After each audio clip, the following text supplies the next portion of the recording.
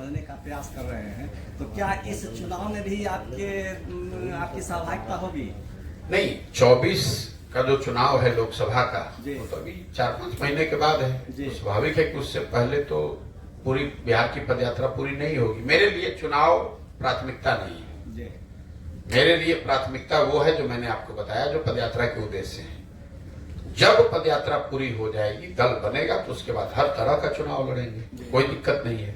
उससे पहले जहां पदयात्रा हो गई, अगर वहां के संगठन के लोग जो जन स्वराज की परिकल्पना को, इस सोच को सुन के समझ कर लोग जो जुड़ रहे हैं, अगर वो चाहते हैं कि वो चुनाव लड़े, चाहे वो प्रमुख लड़े या जिला पार्षद लड़े, सांसद लड़े, तो वो लड़ सकते हैं। आपने देखा है जब 5 जिलों में पदयात्रा पूरी हुई तो वहां पर साथियों ने कहा कि चूंकि हम लोग शिक्षा पर इतनी बात कर रहे हैं, तो शिक्षा के एमएलसी का चुनाव हम लोग को लड़ना चाहिए। एक उपचुनाव था, तो एक निर्दलीय साथी को जो जन स्वराज से जुड़े हुए हैं उनको चुनाव लड़ाया गया और उनको सफलता भी मिली। वहां महागठबंधन भी हारा और भाजपा भी हारी। जन स्वराज का निर्दलीय प्रत्याशी अफाक अहमद जीत कर आए।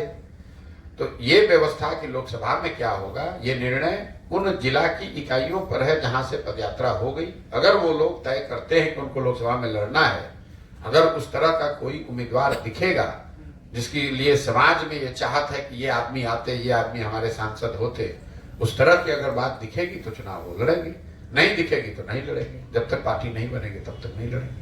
सर, राजनीति में एक सलाहकार के रूप में भी आपको देखा गया, जैसे कि आपने बंगाल में ममता बनर्जी के लिए काम किया, बिहार में सीएम नीतीश कुमार के लिए काम किया, एक बार मोदी जी को भी आपने जिताने का काम किया। क्या आप 15-16 महीना से बिहार में यात्रा कर रहे हैं, हर जिला हर गांव जा रहे हैं। जब आप अपनी पार्टी को अगर बनाएंगे तो आपके पास तो पूरा नॉलेज होगा गाँव में क्या कमी है, तो किस स्तर से फिर आप इसको सुधार करेंगे? नहीं, वो सुधार हो इसीलिए तो ये जानकारी के लिए, समझ के लिए घूम रहे हैं गांव में। अपने जीवन का 2 साल 3 साल 4 साल निकाल कर क्यों कर रहे हैं ये प्रयास? क्योंकि मैंने आपको बताया कि मेरा 10 साल 12 साल का ऐसा अनुभव है कि चुनाव जीत लेने से, सरकार बदलने से व्यवस्था नहीं बदलती है। व्यवस्था अगर बदलना है तो उसके लिए जमीन पर उतरकर सही लोगों के साथ चुनाव जीतना होगा, इसीलिए प्रयास कर रहे हैं। मेरी अपनी जिम्मेवारी मैं समझता हूं कि मैं बिहार का हूं, मुझे अगर भगवान ने शक्ति बुद्धि क्षमता दी है तो मुझे ये प्रयास करना चाहिए और इसीलिए ये काम कर रहे हैं। आपको लग रहा है कि पहले हम कुछ दूसरा करते थे, आज कुछ दूसरा कर रहे हैं। हमारी नजर में हम वही काम कर रहे हैं जो पहले करते थे। पहले हम दलों को, नेताओं को सलाह देते थे कि किस तरीके से मुद्दों को उठाइए, किस तरीके से अपने संगठन को बनाइए, किस तरीके से आप प्रचार प्रसार कीजिए ताकि आप चुनाव जीत कर आएंगे।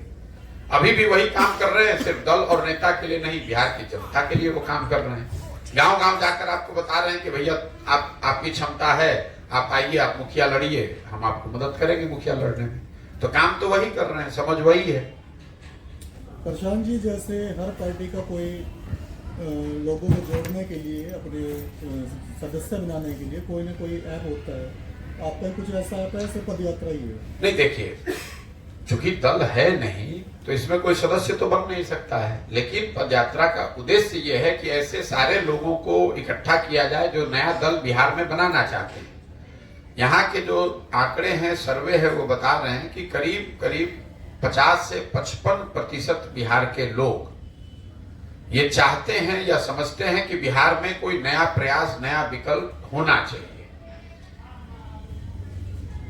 अब उनको ये नहीं पता है कि वो दल कौन होना चाहिए, कौन उसको लीड करे, क्या उसकी प्राथमिकता हो, लेकिन उनको ये समझ है कि बिहार में कुछ नया होना चाहिए।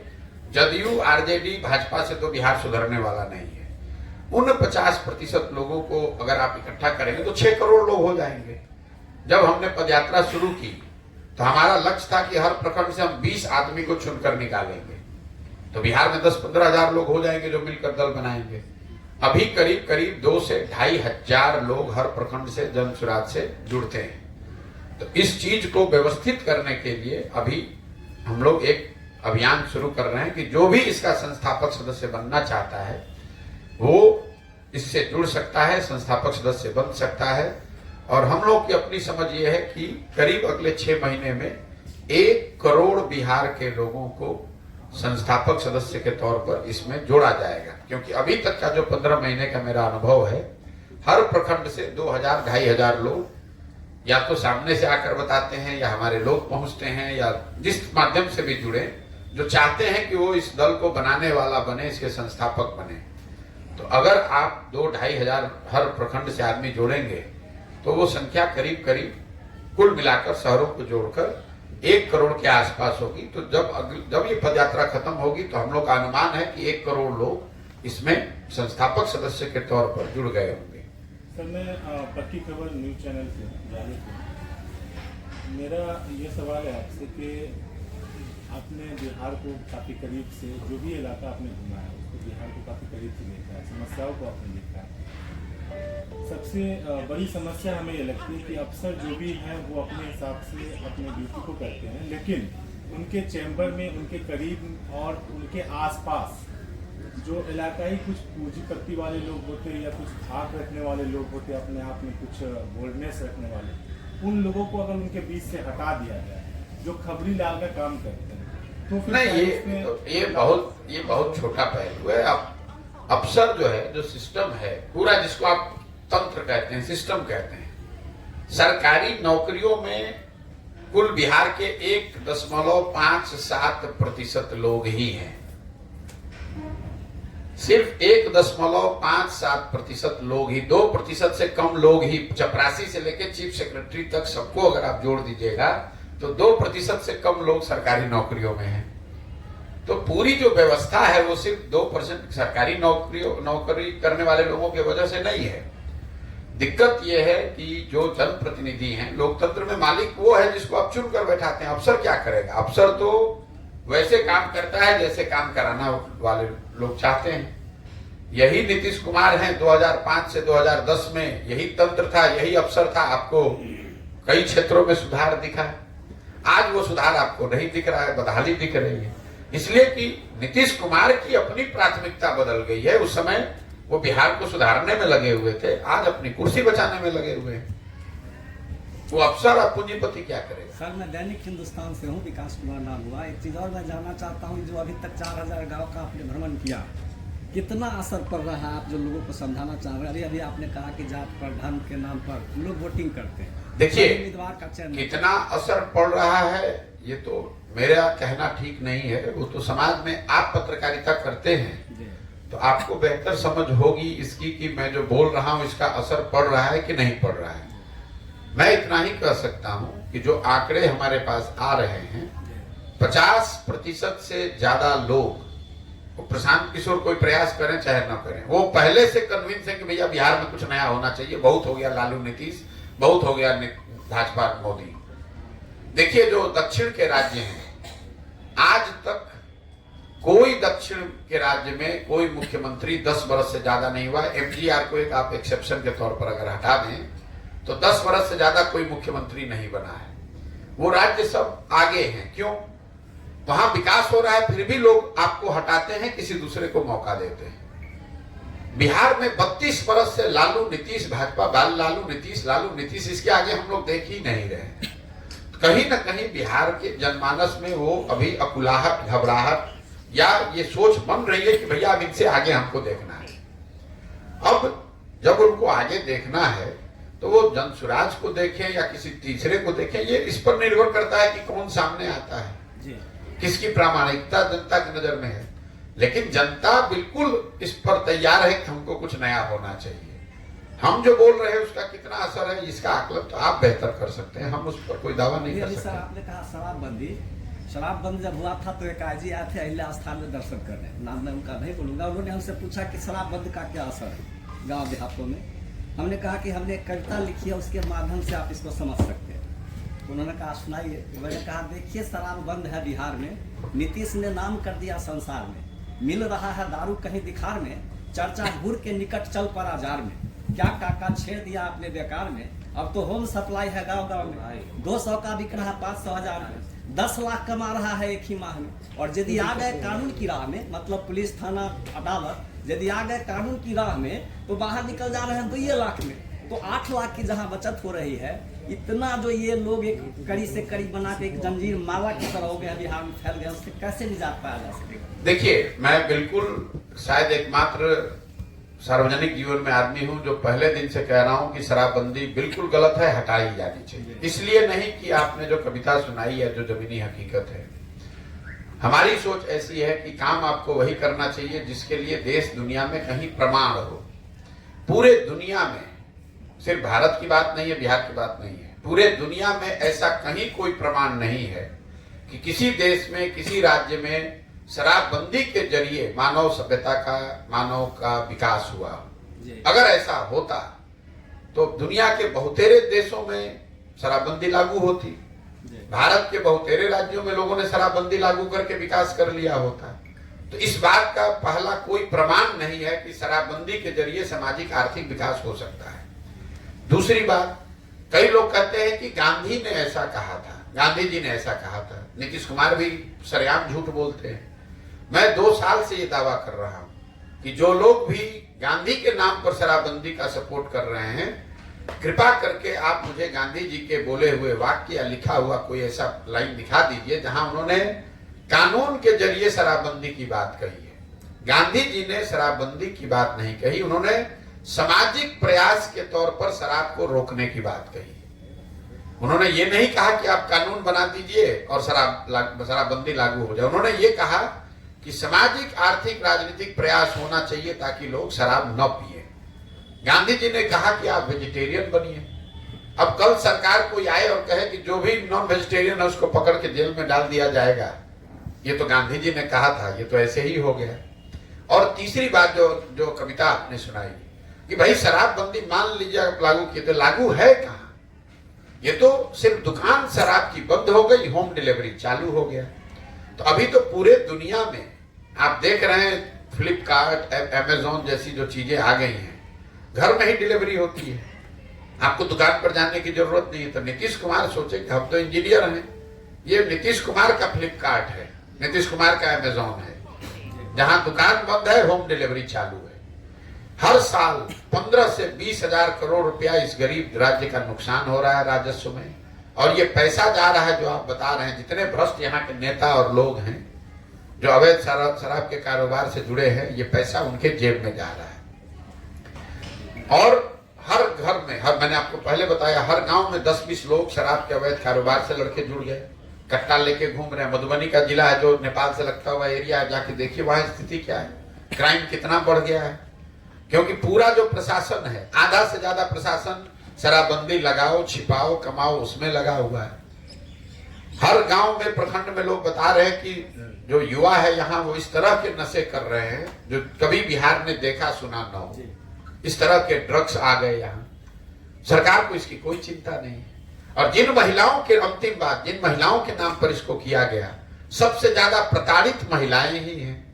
एक बार अगर आप सरकार के पकड़ में आ गए शराबबंदी के चक्कर में, तो उन घरों की, पैसे वाला तो 2 लाख दे के निकल जाएगा, जो गरीब आदमी है 1.25 लाख से ज्यादा लोग, कुल 6,37,000 लोग पर FIR हुआ है जिनको ये पकड़ा गया है शराब में, शराब के अवैध कानून आने के बाद 6.5 लाख लोग, और उसमें 90% से ज्यादा लोग गरीब समाज के लोग। जो पैसे वाला निकल गया, 1.25 लाख लोग आज भी जेल में सड़ रहे हैं।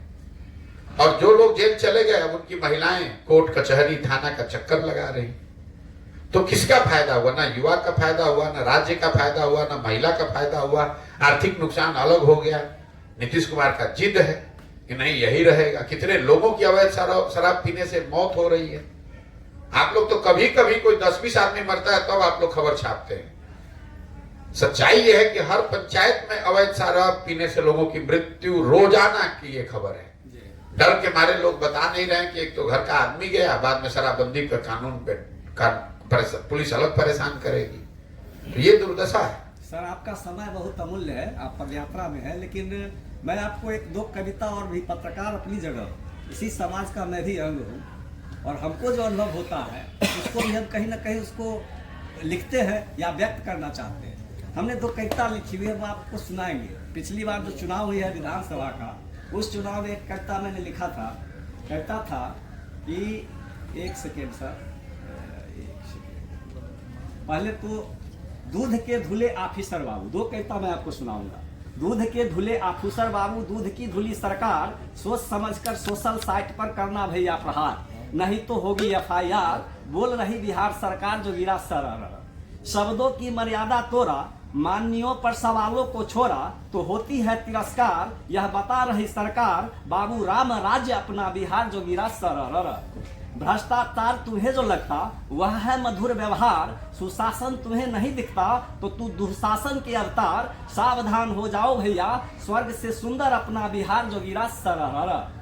दूध के धुले ऑफिसर बाबू, दूध की धुली सरकार। सोच समझकर सोशल साइट पर करना भैया प्रहार, नहीं तो होगी FIR। बोल रही बिहार सरकार जोगीरा सरर। नल के जल को बोलो सुंदर, बोलो मिल रहा हर घर द्वार। शराबबंदी को कहो सफल, भूल से भी न करना प्रतिकार। वरना कानून के अवमानना में नाहक हो जाओगे गिरफ्तार जोगीरा सरर। बोलो हुआ जब से दहेज बंद, सबने लेना है छोड़ दिया। सुशासन जब से आया यहाँ, अपराधी बिहार छोड़ दिया। यदि हो जाना शिकार तो सह लेना न करना प्रतिकार जोगीरा सरर। सब सही मानकर जीना सीख, अपमान के घूट को पीना सीख। ऑफिसर माननीय का हामी भर, जांच में आए तो जेबी भर। सरकार कर रही है खबरदार, विरोध नहीं उन्हें हरगिज स्वीकार जोगीरा सरर। अजब कहूँ या गजब इसे, यह हो रहा अब बिहार में। बिहार पुलिस ढूंढे सवाल, यहाँ शादी वाले घर द्वार में। एक दो है सर, मैं सुना के आपसे जानना चाहता हूँ कि आप जो घूम रहे, एक दो सवाल है इसलिए मैं आपको सुना रहा हूँ। है ना समझ सर? या खत्म निकलना है? बस ठीक है, एक मैं सुना देता हूँ उसके बाद। 15 साल इधर देखे, आप ये सवाल है विधानसभा से संबंधित। लोग विकल्प नहीं, उसके पास क्या करें। आप मेरा सवाल यही होगा। 15 साल इधर देखे, 15 साल उधर। कार्यकर्ता सत्ता थैया नाचे, बोलो जनता किधर जोगीरा सरर। नेता के पसीना छूटे, कार्यकर्ता करे बखान। चुप्पा वोटर मुंह न खोले, हो रहल है मतदान जोगीरा सरर। शराबबंदी भेल है जब से सड़क पर न होता हल्ला, वैसे पीने को मिलता है बैठे हर घर मोहल्ला जोगीरा सरर। सड़क बनी हर गली में, बिजली घरे घरे। नल के टोटा में जल नहीं, पैसा लुट गया तोरे तोरे जोगीरा सरर। बिना डॉक्टर अस्पताल वाला हेल्थ वेलनेस सेंटर, बोर्ड देख के ही देखो कैसे कोरोना हुआ छूमंतर जोगीरा सरर। जंगल राज के आका जेल में, बोल रहे उनके युवराज। बनी सरकार हमारी तो देंगे सबकी नौकरी हाथों, सबको नौकरी हाथों हाथ जोगीरा सरर। एक जंगल राज का भय दिखाए, एक नौकरी का सपना। जनता फसल उधेर बुन में, किसको बनाए अपना जोगीरा सरर। लालू राज को याद कर करके सिहर उठे अधेर, लौट न जाए कहीं बिहार में लूट अपहरण फिर जोगीरा सरर। डॉक्टर पहले ही कहीं नहीं, बचे हुए हैं दो चार। युवराज की सरकार बनी तो हो जाए न फरार जोगीरा सरर। फिरौती के भय से हलक में अटक रहा है प्राण, भीड़ देख गुहार लगा रहे हैं बचा लेना भगवान जोगीरा सरर। सर एक विकल्प के तौर पर दिया नोटा, आप कहते हैं कि हमारे पास कोई विकल्प नहीं होता तो हम क्या जाते, जनता जाएगी किधर? आप कहते हैं कि अभी इसी बीच से कोई आएगा तो हम उसको लड़ाएंगे। हम यह समझना चाह रहे हैं कि इतना बड़ा जो आप जन जन में बदलाव लाने की बात करते हैं, तो आप किस प्लेटफॉर्म से वो अपने आप को जोड़ेगा? आपको बोला तो इतनी देर से जी कि जनता को विकल्प के अभाव में किसी एक गलत आदमी को वोट न देना पड़े, इसलिए विकल्प नया बना रहे हैं। जो वही हम समझना चाहते स्वच्छ राज अभियान के तहत हम लोगों ने जो पदयात्रा शुरू की है, आज उसके पूरे 15 महीने हो रहे हैं। 2 दिसंबर को आज 15 महीने हो गए। पिछले 15 महीनों में पश्चिम चंपारण से चल के पूर्वी चंपारण, शिवहर, गोपालगंज, सिवान, छपरा, वैशाली, समस्तीपुर, मुजफ्फरपुर, सीतामढ़ी, मधुबनी होते हुए मैं दरभंगा पहुंचा हूं। इन 15 महीनों में करीब करीब 4000 से ज्यादा गांवों में हम लोग को जाने का अवसर मिला। जो बातें हमने देखी समझी, उस पर एक छोटी टिप्पणी आपको करूंगा। उससे पहले आप ये समझिए कि इस पदयात्रा का उद्देश्य क्या है। पदयात्रा के 3 उद्देश्य हैं।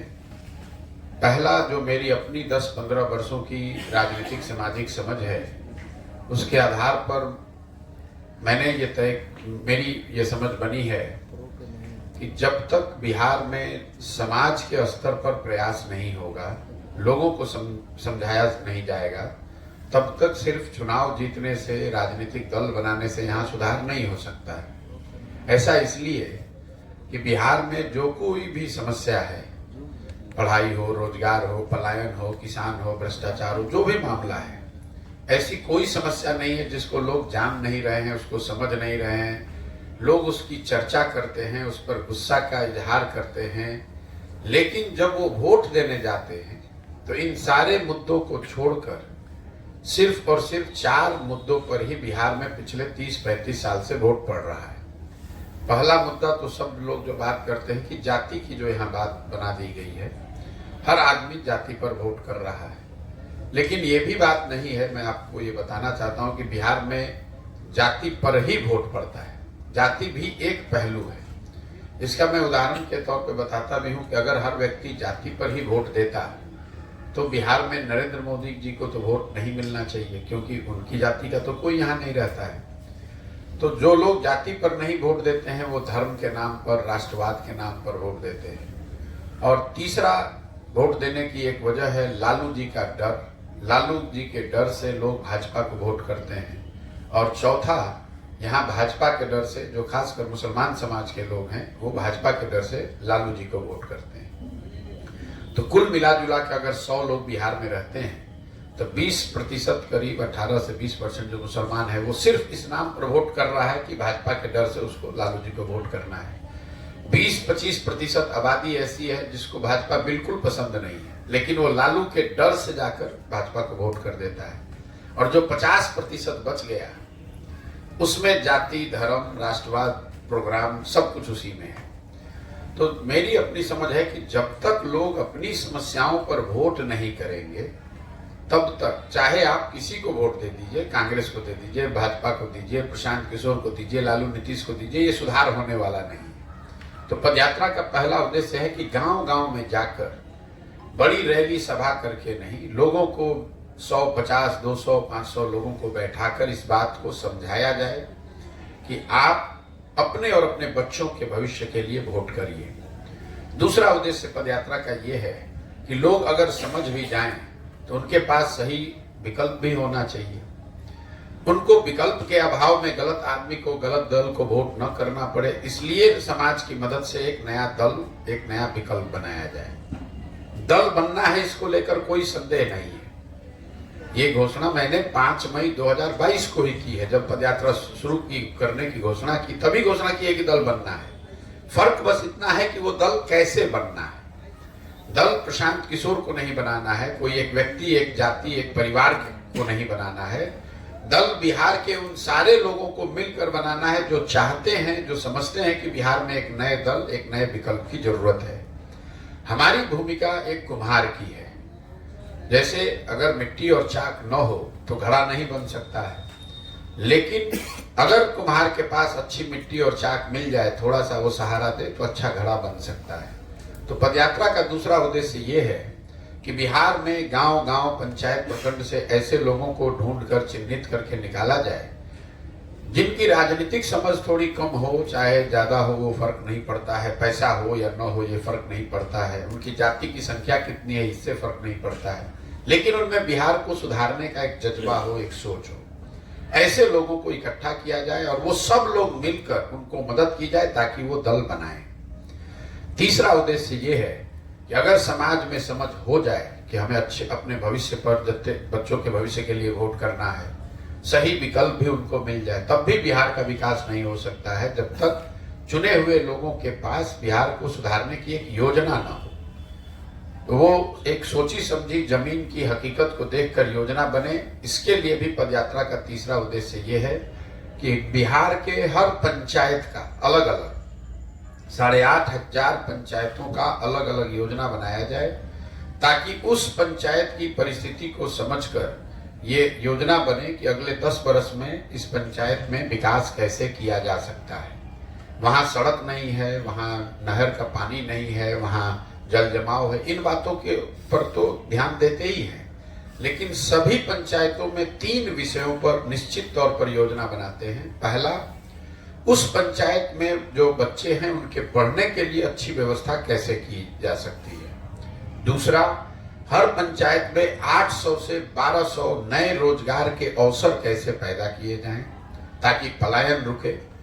और तीसरा, यहाँ जो खेती किसानी करने वाले लोग हैं उनकी खेती को खाने वाले खेती से कमाने वाले खेती की दिशा में कैसे ले जाया जाए, ये हर पंचायत के लिए बना रहे हैं। तो पदयात्रा के यही 3 उद्देश्य हैं।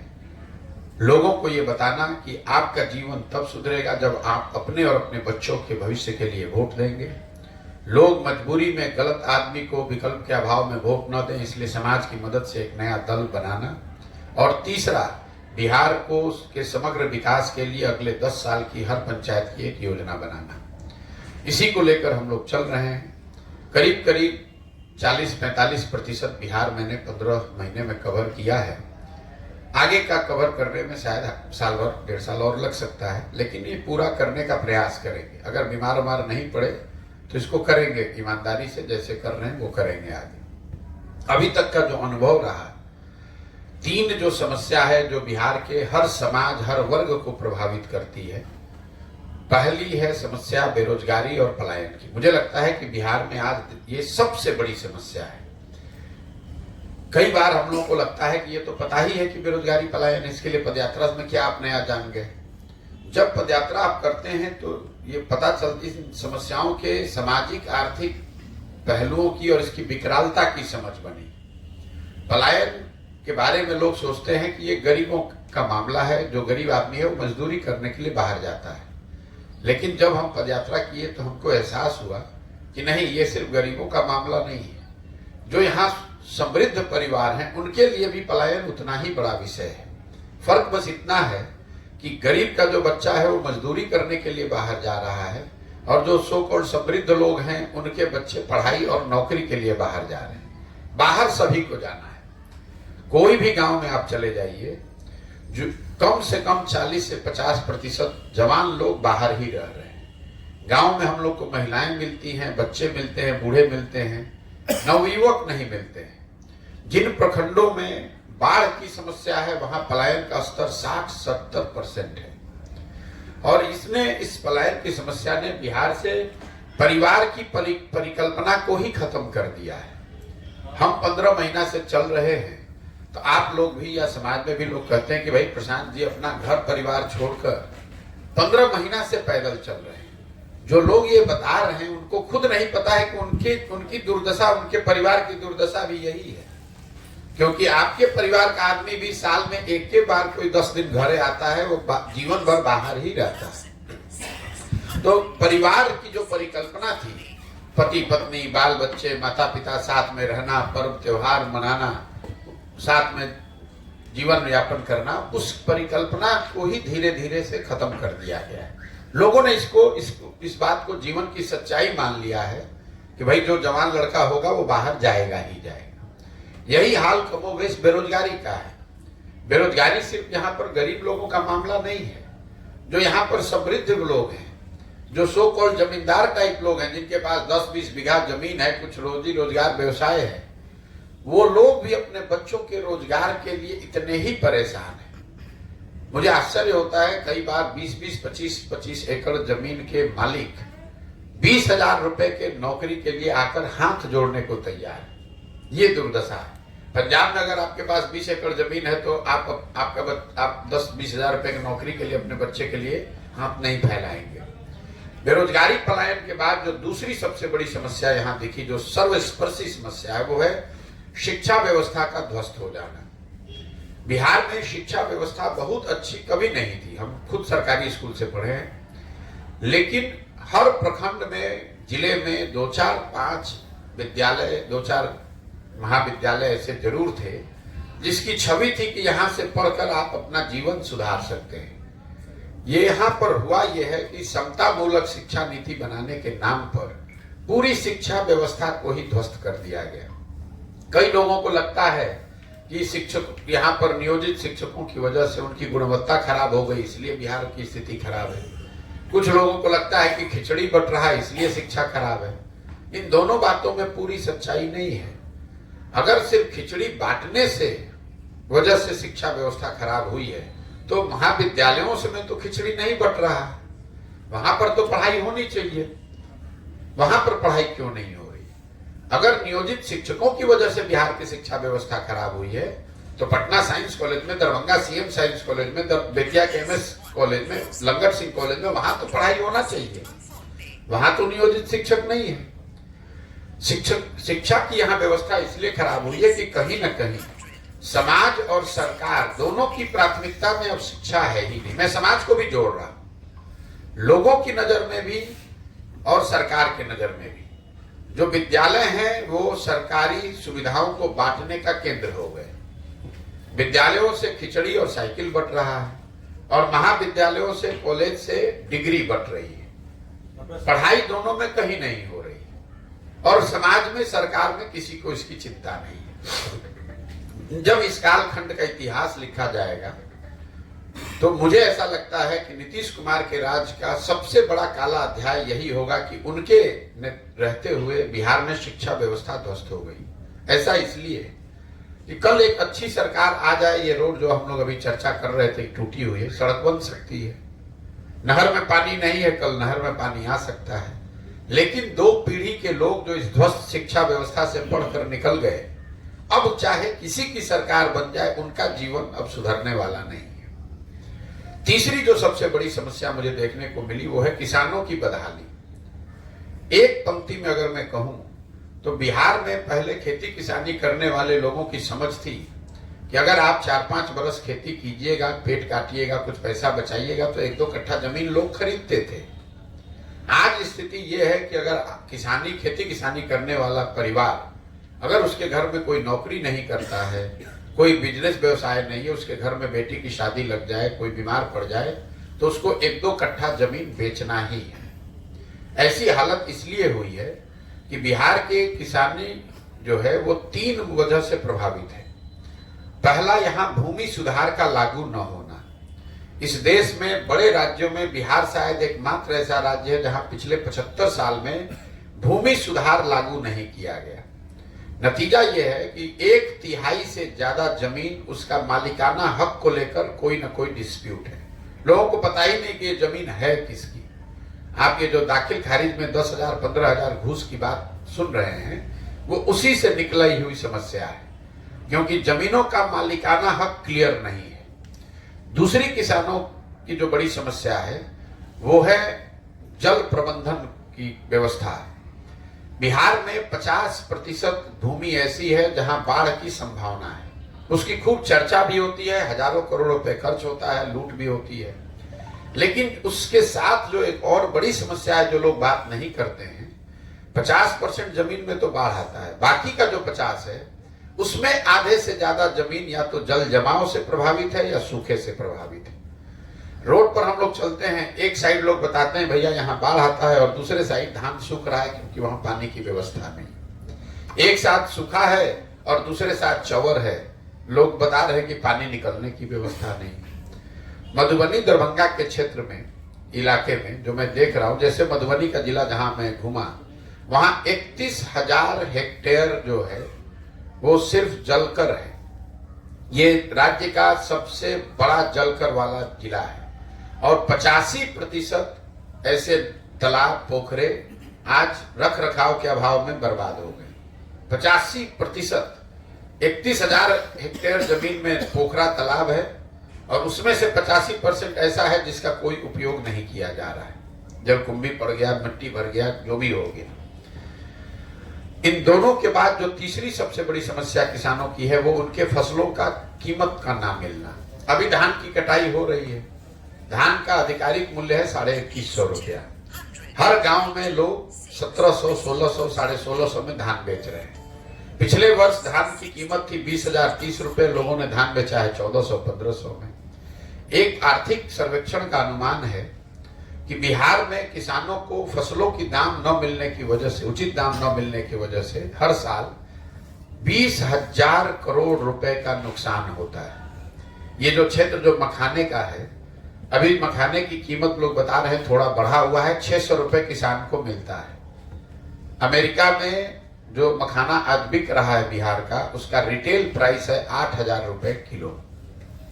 हम ये नहीं कह रहे हैं कि यहाँ के किसानों को 8,000 रुपए मखाना का मिल सकता है, लेकिन अगर आप सुधा की डेयरी है, अमूल है, अगर आप दूध के लिए 100 रुपए देते हैं तो 65 रुपया किसानों को मिलता है, दूध पैदा करने वाले को मिलता है। मखाना में अगर 30% भी मिले तो उस हिसाब से मखाने की कीमत यहाँ 2,000, 2,500 रुपए केजी होनी चाहिए।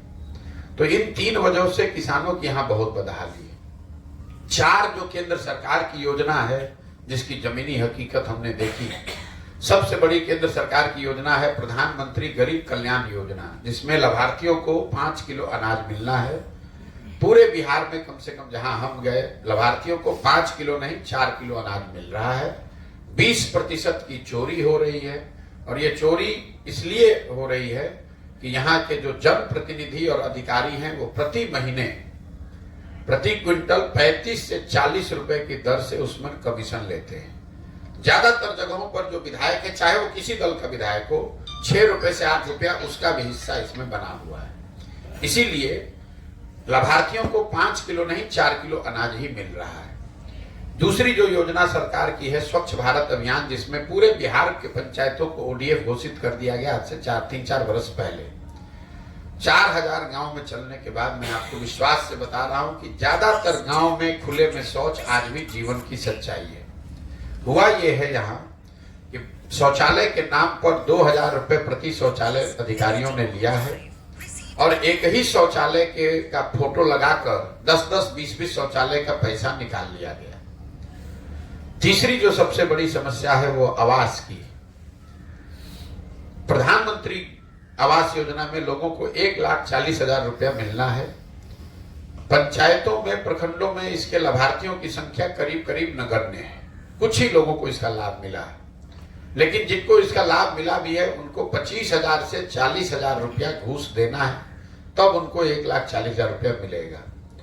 जहां पर जनप्रतिनिधि पैसा नहीं ले रहे हैं वहां पर भी अफसर 20 से 25,000 रुपया अपना हिस्सा तो लेगा ही लेगा। अगर जनप्रतिनिधि ने भी पैसा लिया तो लाभार्थियों को 35-40,000 रुपया देना है। चौथी जो सबसे बड़ी योजना केंद्र सरकार की है वो है मनरेगा की। मैं जब बिहार में चलना शुरू किया तो मुझे लगा भाई मनरेगा का काम तो मुझे हर जगह दिखेगा, यहाँ इतनी बेरोजगारी है, भूमिहीन लोग हैं। अभी तक 15 महीने में मुझे मनरेगा का कोई सक्रिय काम नहीं दिखा है। लोग ये जरूर बताते हैं कि भैया ये पेड़ मनरेगा में लगा है, ये मिट्टी जब मनरेगा में भरी गई है, ये पंचायत भवन बनाने में मनरेगा के मजदूर लगे थे, लेकिन मनरेगा का कोई सक्रिय काम अभी तक मुझे नहीं दिखा। पिछले वर्ष, इसको जब मैंने आंकड़ों में देखा, पिछले वर्ष मनरेगा में बिहार सरकार का यूटिलाइजेशन है 39%। मतलब अगर 100 रुपया मनरेगा के तहत बिहार को मिल सकता था तो हम लोग 40 रुपया ही लेकर आए, 60-61 रुपया तो हम लोग दिल्ली से लेकर ही नहीं आए। कोई अभी बता रहा था नीतीश कुमार विशेष राज्य के दर्जे की बात कर रहे हैं। अरे भाई, जो लाभ तुमको मिल सकता है वो तो आप ले नहीं रहे हैं। 100 में 60 रुपया दिल्ली में हम लोगों ने सरेंडर कर दिया, और जो 40 रुपया आया उसमें 40 से 50% पीसी क्या दर है, मनरेगा में घुसखोरी हो रही है। इसके बाद जो 4 राज्य सरकार की स्कीम्स हैं 7 निश्चय के अंतर्गत, पहला जो निश्चय था, पहला वादा था कि बिहार के हर युवा को, 18 से 35 साल के युवा को हर प्रति माह 1,000 रुपए दिया जाएगा, ताकि उसको मजबूरी में पलायन न करना पड़े। 15 में इस योजना की शुरुआत होनी थी। आज तक इस योजना को शुरू ही नहीं किया गया। कोई भी ऐसा बच्चा हमको नहीं मिला जिसने बताया हो कि उसको 1 महीने भी कभी ये पैसा मिला। दूसरी एक योजना जो थी वो है स्टूडेंट क्रेडिट कार्ड की योजना। 2015 में ये तय किया गया था, अनुमान था कि बिहार में 1/3 परिवार ऐसे हैं जो पैसे के अभाव में, जिनके बच्चे 12वीं के आगे पढ़ाई नहीं कर पाते। तो तय ये किया गया कि स्टूडेंट क्रेडिट कार्ड अगर रहे, सरकार गारंटर बने, बैंकों से पैसा मिल जाए ताकि लोग पढ़ाई कर सकें, नौकरी लगे तो पैसा वापस कर दे। उस समय का अनुमान था कि 1,25,00,000 परिवार के बच्चों को इसका लाभ मिलेगा। सरकार का अपना दावा है कि कोई 9 लाख लोगों को पिछले 10 वर्ष में इसका लाभ मिला। इस योजना को भी ठंडे बस्ते में डाल दिया गया। तीसरी योजना जिसकी आप लोग खूब चर्चा करते हैं वो है नल जल योजना। 2015 में सिर्फ 3% बिहार के घरों में नल से पानी पहुंचता था। योजना बनाई गई कि भाई अगर 25,000 करोड़ रुपया खर्च किया जाए 5 वर्ष में तो बिहार के हर घर में नल से पानी पहुंच जाएगा। योजना बनी, खूब लूट हुआ, आपने देखा कैसे बनाया गया। सरकार का दावा है कि 2/3 घरों में नल से पानी पहुंच गया। जमीनी हकीकत है कि 2/3 से ज्यादा नल जल योजना कामें नहीं कर रही है। या तो योजना बनी नहीं ठीक से, बनी तो बनकर चली नहीं, चली तो चलकर बंद हो गई। अब जब ये पूरा हल्ला हंगामा हुआ है तो सरकार ने फिर वार्ड सदस्यों से हटाकर इसको पीएचईडी को इसका मेंटेनेंस का काम दिया है। उसमें भी अभी तक हमको कोई पंचायत नहीं मिला जहां पीएचईडी के लोगों ने कुछ किया हो। चौथी और जो सबसे बड़ी योजना थी सात निश्चय की, आपको भी शायद उतना पता न हो, नालियों गलियों के पक्कीकरण की योजना। ये अनुमान लगाया गया 2015 में कि अगर 80,000 करोड़ रुपया खर्च किया जाए 5 वर्षों में तो बिहार के हर घर से जो नाली निकलती है उसका पक्कीकरण हो जाएगा। उन नालियों को एक बड़े नाले से जोड़ा जाएगा और उसको पानी को गांव से बाहर निकालकर उसका निस्तारण किया जाएगा। योजना शुरू हुई, अभी तक किसी के घर के नाली का पक्कीकरण नहीं हुआ। गांव में सड़कों के किनारे बड़े बेतरतीब तरीके के बनाए हुए कुछ नाले जरूर दिखते हैं जो दिखाता है कि पैसा निकाला गया है, लेकिन इन नालों को न घरों के नालियों से जोड़ा गया, न इन नालों से पानी निकालने की व्यवस्था की गई। नतीजा क्या हुआ, गांव वालों ने उस पर गोबर पाथना, भैंस बांधना, कूड़ा फेंकना, ये सारे नाले जो है वो कूड़ेदान हो गए। 3 क्षेत्र जहां लोगों को यहां रोजगार मिल रहा है, पहला अवैध शराब, दूसरा अवैध बालू और तीसरा अनाज माफिया। 3 क्षेत्र ही है जहां बिहार के युवाओं को काम करने का अवसर है। शराबबंदी के नाम पर जो शराब के दुकानों को बंद किया गया और होम डिलीवरी चालू हो गई, इसका परिणाम ये है, एक परिणाम ये है, कुपरिणाम, कि हर गांव में 8-10 लड़के ऐसे हैं जो अवैध शराब के कारोबार से जुड़ गए हैं। यही हाल कमोबेश बालू का है। रास्ते में चलते हुए अगर 10 ट्रैक्टर, ट्रॉली, ट्रक आपको मिलेगा तो ये मानकर चलिए कि उसमें से 2 या 3 बालू ढोने वाला ही होगा, जो सब अवैध बालू का कारोबार करने वाले लोग हैं।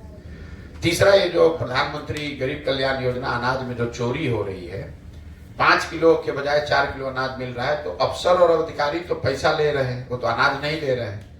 इसके लिए भी हर जिले में पूरी एक अनाज माफिया, एक तंत्र बन गया है जो अनाज को चोरी करता है, उसको पैसे में कन्वर्ट करता है और फिर इसी अनाज को रिसाइकिल करके लोगों तक पहुंचाता है। तो बिहार में अगर आप युवा हैं गांव में, तो रोजगार का आपके पास 3 अवसर है। या तो अवैध शराब के कारोबार से होम डिलीवरी से जुड़ जाइए, बालू के अवैध काम में लग जाइए, या फिर अनाज का हेराफेरी में घुस जाइए। 2 क्षेत्र जहां सुधार दिखा वो है सड़क और बिजली। निश्चित तौर पर राष्ट्रीय और राजकीय मार्गों, नेशनल और स्टेट हाईवे में सुधार हुआ है, लेकिन जो ग्रामीण सड़कें हैं, जैसे आपके यहाँ भी देखिए प्रखंड में जो हालत है, जो ग्रामीण कार्य विभाग की आरईओ की सड़कें हैं, पंचायत विभाग की सड़क है, प्रधानमंत्री मुख्यमंत्री संपर्क योजना की सड़कें हैं, उनकी हालत कमोबेश वही है जो लालू जी के जंगल राज में होती थी। बिजली हर जगह जरूर आ गई है, कोई ऐसा घर, परिवार, वार्ड हमको नहीं मिला जहां बिजली नहीं पहुंची है। लेकिन बिजली को लेकर 2 शिकायत जो लोग बता रहे हैं, एक तो लोगों की नजर में बिजली का बिल गलत और ज्यादा आ रहा है। हर गांव में 10-20 आदमी ऐसा मिल जाता है जो बताता है भैया मेरा बिजली का बिल गलत आया है। लोग 5,000 से लेकर 60,000, 70,000 का भी बिल दिखाते हैं। एक बार बिजली का बिल गलत आ गया तो फिर DCLR का और लोक अदालत का चक्कर लगाते रहिए, कोई सुनवाई नहीं। दूसरी जो बड़ी समस्या पिछले 4-5 महीने से मैं सुन रहा हूं वो है स्मार्ट मीटर के रिचार्ज की बात। जो बहुत गरीब लोग हैं वो स्मार्ट मीटर को रिचार्ज ही नहीं कर पा रहे हैं। पहले बिजली का बिल आ गया, लोग अपना पैसा वैसा जमा करके उसका बिल भरते थे। अब स्मार्ट मीटर चूंकि प्रीपेड है, रिचार्ज आपको पहले कराना है तो पैसा नहीं है तो बिजली आपके यहाँ कट जा रही है। मैंने स्वास्थ्य व्यवस्था पर कुछ नहीं बोला, इसलिए कि मैं अनुमंडल और जिला के अस्पतालों में गया नहीं हूं, लेकिन जिन क्षेत्रों में मैं गया, गांव, पंचायत, प्रखंड में, वहां पर अभी तक हमको कोई फंक्शनल स्वास्थ्य केंद्र दिखा ही नहीं। कोई स्वास्थ्य केंद्र ऐसा नहीं दिखा मुझे अभी 15 महीनों में जहां डॉक्टर साहब बैठे हों, 10, 20, 50, 100 मरीज हों, दवा बट रहा हो। ज्यादातर जगहों पर ये जो स्वास्थ्य केंद्र हैं वो भैंस बकरी बांधने का, पेड़ झाड़ी फाड़ी का केंद्र है और कुछ वहां नहीं है। मिला जुलाकर स्थिति जो जमीन पर है, 3 शब्द जो सबसे ज्यादा सुना मैंने वो है अफसरशाही से परेशान जनता, सरकारी विभागों में फैला हुआ भ्रष्टाचार और हर सरकार की योजना में काटे जाने वाला पीसी। अफसरशाही, भ्रष्टाचार और पीसी, ये शब्द हर गांव में हर तबके के लोग, चाहे आप पत्रकार हैं, जनप्रतिनिधि हैं, गरीब हैं, अमीर हैं, किसान हैं, व्यवसायी हैं, हर आदमी बता रहा है भैया बिहार में अफसरों का जंगल राज है। हम लोगों ने अपराधियों का जंगल राज देखा है। आज की तारीख में जो बिहार में व्यवस्था है ये अफसरों का जंगल राज है। दूसरा, कोई ऐसा विभाग नहीं है सरकार का जहां भ्रष्टाचार न हो, जहां बिना पैसे के आप काम करा लीजिए। चाहे आपको जमीन का दाखिल खारिज कराना है, आपको जाति जन्म मृत्यु प्रमाण पत्र बनाना है, पासपोर्ट का वेरिफिकेशन कराना है, FIR करना है, कुछ भी करना है, पैसा तो देना ही पड़ेगा। और तीसरा, योजना चाहे केंद्र की हो कि राज्य की, आपको एक फिक्स पीसी कटना ही कटना है। 10% से लेकर 40 से 50% पीसी काटने की व्यवस्था बिहार में बिल्कुल बेहतरीन तरीके से बना दी गई है। और कोई व्यवस्था बने चाहे नहीं, लोगों को पीसी कैसे काटना है और काट कर वो घरों तक, लोगों तक कैसे पहुंचे, ये लोगों की खूब अच्छी व्यवस्था बन गई है। मोटे तौर पे ये मेरा अनुभव रहा। दरभंगा को लेकर मैंने बहुत कुछ बात नहीं कही क्योंकि अभी चलना यहाँ शुरू किए हैं, 1 महीना और रहेंगे, आगे दरभंगा को लेकर बात होगी। अब आपका जो सवाल है वो आप करिए।